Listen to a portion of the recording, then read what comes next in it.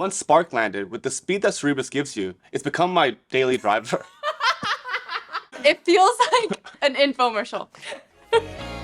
Codex Spark is a lighter, faster version of Codex running on Cerebras inference. Our models on Cerebras are going to get smarter. The speed is already there, and the intelligence is catching up. Today, we want to show you how to actually take advantage of that speed with some demos that you can build yourself in the app. Great, let's get into it. So the first automation I made when I just joined OpenAI was to just understand what's going on in Slack. And so we've built some automations here that basically checks up on Slack, figures out what kind of topics are happening, what kind of product launches are arriving to tell me what's going on. Obviously, we can turn this to every day, but with Codex Spark, these tasks run incredibly fast. One of the great things about Codex Spark is that we can define multi-agents. And so maybe the main agent is responsible for understanding what my goals are for the day.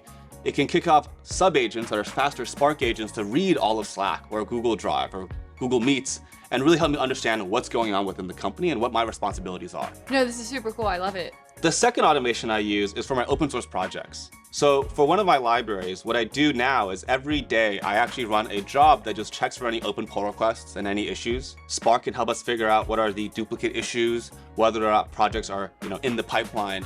And then for any pull requests, it'll actually pull them down, review the code, look at the comments, and just fix them and push them back up. That way, anything I'm working on is already fully tested. And for the third example, a place where Spark really shines is in interactive coding. Oftentimes, when I know what I want to do and I use Codex, tasks might take 5 or 10 minutes. This takes me out of the flow state. The joy of using Spark is that things are incredibly interactive. Now let's jump in and see an example of how interactive Spark can be. One of the benefits of using a model that is so fast is that when you're building on an application that reloads when the code changes, oftentimes you can build in a pretty real-time way.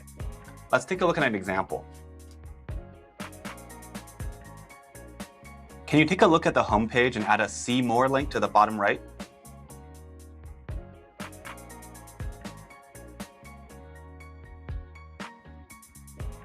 The bottom right of every single cell.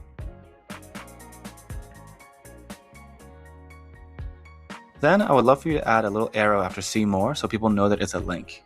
Make sure it's blue with no underline.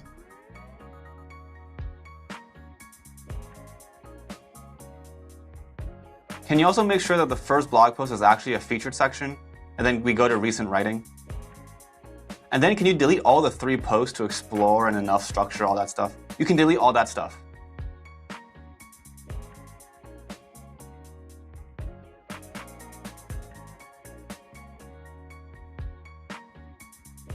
That's perfect.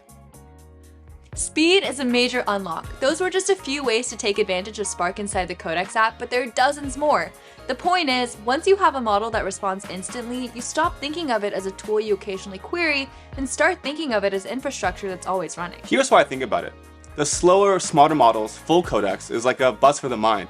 You can get on, fall asleep, wake up when you're there. It did all the work. Spark is like a fast car. You might have to pay attention to the road, but you can get there way faster if you know what you're doing. But here's the thing I want developers to understand. This is just V1. Our models on Cerebras are going to get smarter. Which means the tasks that are Codex only today might be Spark tomorrow. So learn the tools now, because when Spark V2, V3 land, You're going to want to know how to use them.